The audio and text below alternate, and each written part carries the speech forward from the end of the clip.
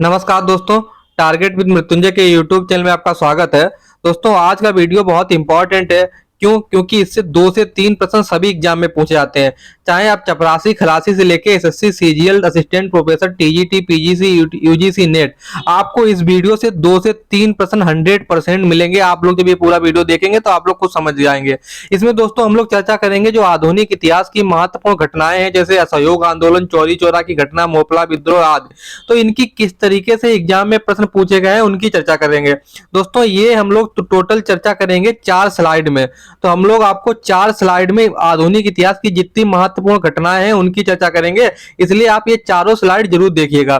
दोस्तों इसमें एग्जाम में प्रश्न कैसे पूछा जाता है? एग्जाम में पहले तो यही डायरेक्ट पूछ दिया जाता है कि जलियांवाला बाग हत्याकांड कब हुआ, और ये इसका तिथिक्रम पूछ देगा। ये पूछता है अधिकतर दोस्तों जो छोटे एग्जाम होते हैं, एसएससी सीजीएल चपरासी खलासी या जो भी वनडे एग्जाम है, तो उसमें एक तरीका तो ये होता है कि दोस्तों आपको सीधे सीधे वन लाइनर में पूछ देगा। दूसरा दोस्तों तरीका ये होता है कि इधर आपको 4 घटनाएं दे देगा, इधर उनका तिथिक्रम दे देगा, और उसमें कोई एक घटनाक्रम होगा, उसकी जो डेट होगी वो गलत होगी। तो उसमें ऊपर लिखा होगा निम्नलिखित में कौन सा सुमेलित नहीं है। तो दूसरा तरीका ये हो गया कि एक कोई गलत दे देगा। तीसरा तरीका दोस्तों ये होता है कि इधर 4 ऑप्शन दे देगा, इधर ये तिथिक्रम दे देगा, और इन तिथिक्रम का सीरीज चेंज कर देगा, ऊपर नीचे कर देगा, और आपको सुमेलित करना होगा।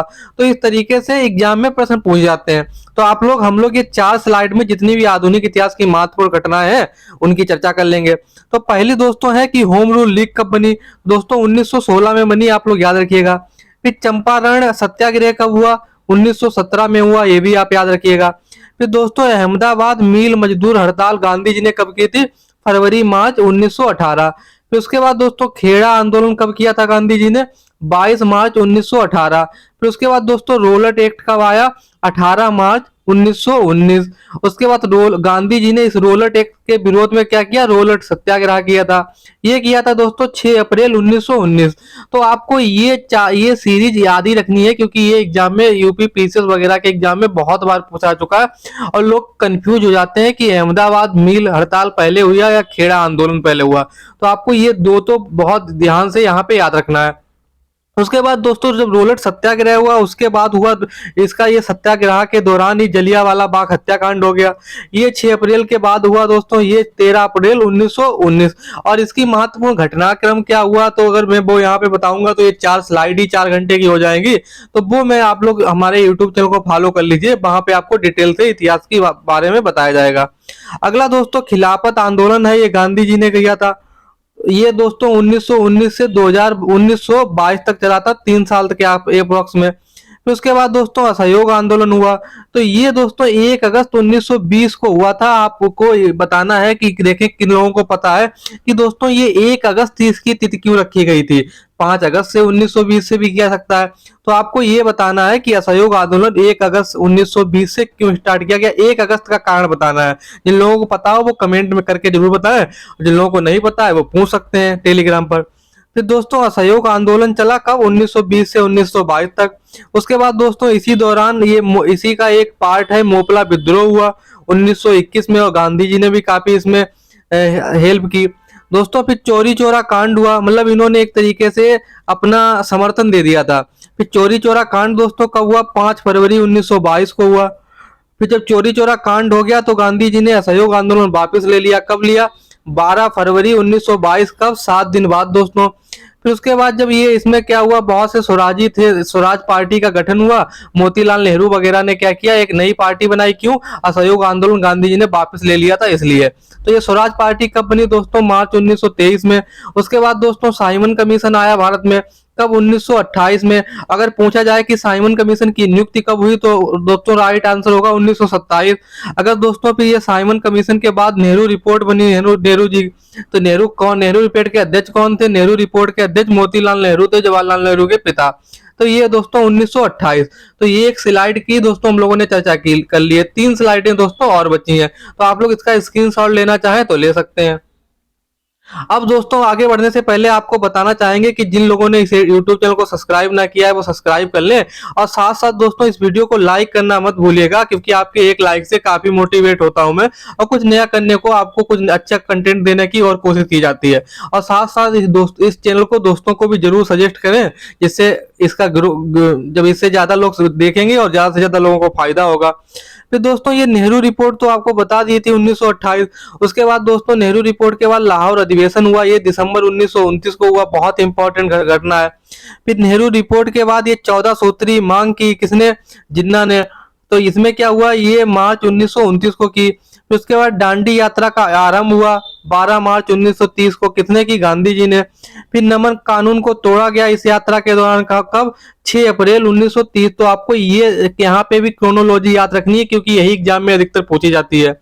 फिर दोस्तों फिर एग्जाम में क्या पूछा जाता है कि चटगांव शस्त्रागार लूट, ये एग्जाम में पूछा जा चुका है, यही वाला सेम। तो आपको याद रखना है ये सभी क्रोनोलॉजी। चटगांव शस्त्रागार लूट कब हुई, 18 अप्रैल 1930, और ये यूपी पीसीएस में पूछा चुका है।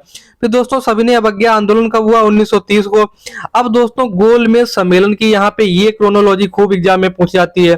क्या है ये क्रोनोलॉजी, पहला पूछेगा कि प्रथम गोलमेज सम्मेलन, तो ये हुआ 12 नवंबर 1930 से जनवरी 1931 के बीच में। फिर उसके बाद गांधी इरविन, जब प्रथम गोलमेज सम्मेलन हुआ इसमें कांग्रेस ने भाग नहीं लिया, तो फिर गांधी इरविन समझौता हुआ, यह हुआ 5 मार्च 1931।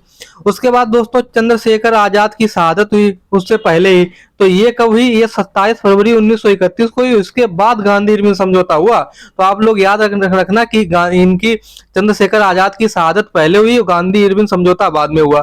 फिर भगत सिंह को फांसी दी गई कब, 23 मार्च 1931 को, कब, गांधी इरविन समझौता के बाद। फिर कांग्रेस का कराची अधिवेशन हुआ, कराची अधिवेशन कब हुआ, 26 मार्च 1931।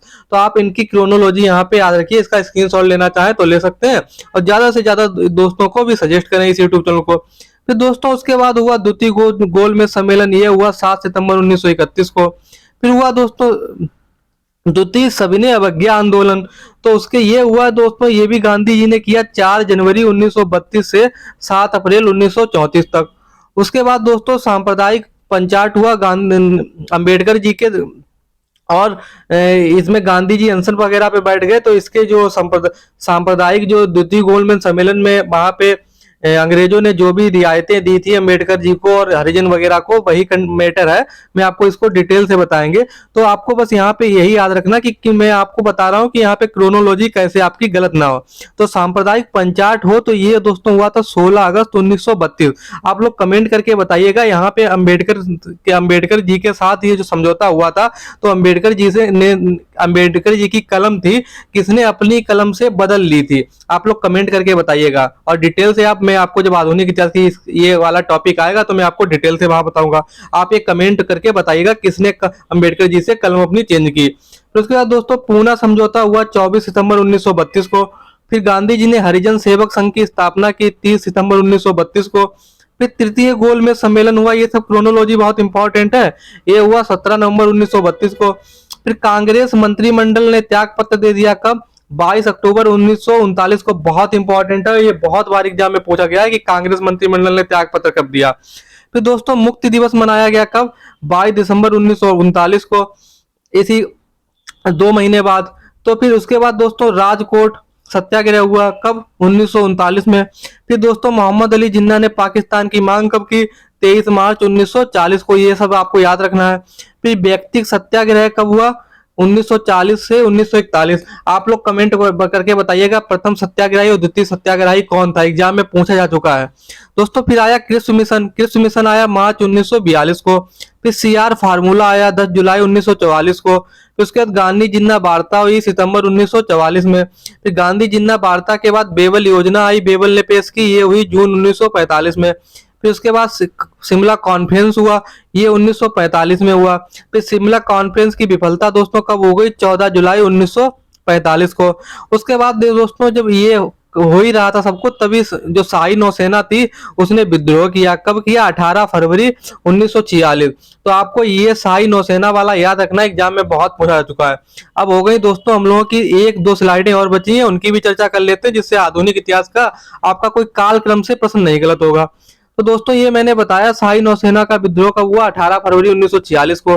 फिर दोस्तों कैबिनेट मिशन की घोषणा कब हुई, फरवरी 1946। और ये लगातार कोई भी क्रोनोलॉजी बना देगा, कुछ नहीं यही बना देगा चारों। फिर उसके बाद दोस्तों कैबिनेट मिशन भारत कब आया, तो फरवरी 1946 में उसकी घोषणा हुई और 24 मार्च 1946 को भारत में आया। फिर कैबिनेट मिशन योजना कब आई, मई 1946 में। संविधान सभा का चुनाव कब हुआ, जुलाई 1946 में। दोस्तों भारत में अंतरिम सरकार का गठन कब किया गया, 1 अगस्त 1946 को। और ये प्रत्यक्ष कार्रवाई जिन्ना ने कब की, 16 अगस्त 1946 को। और इसमें बहुत खून खराबा हुआ, भारत में बहुत से दंगे हुए, इसकी डिटेल से मैं आपको क्लास में बताऊंगा। फिर उसके बाद दोस्तों अंतरिम सरकार की घोषणा कब की गई, 24 अगस्त 1946 को। उसके बाद दोस्तों अंतरिम सरकार का गठन कब हुआ, तो ये घोषणा की गई है दोस्तों 24 अगस्त को। अंतरिम सरकार का गठन कब किया गया, 2 सितंबर 1946 को। फिर उसके बाद दोस्तों मुस्लिम लीग के भी सदस्य इन्होंने इतना दंगा करा के बाद में शामिल हो गए किसमें, सरकार में। ये 26 अक्टूबर 1946 को शामिल हुए, आपको याद रखना है। फिर दोस्तों माउंटबेटन योजना ये आई 3 जून 1947। उसके बाद भारत स्वतंत्रता अधिनियम कब पारित हुआ, ये आपको याद रखना है कि भारतीय स्वतंत्रता अधिनियम कब पारित हुआ, 18 जुलाई 1947 को। और ये आप इसका स्क्रीनशॉट लेना चाहें तो ले सकते हैं। और दोस्तों जिन लोगों ने चैनल को नहीं सब्सक्राइब किया है वो सब्सक्राइब जरूर करें, वीडियो को ज्यादा से ज्यादा शेयर करें और लाइक करना ना भूलें। अन्य किसी टॉपिक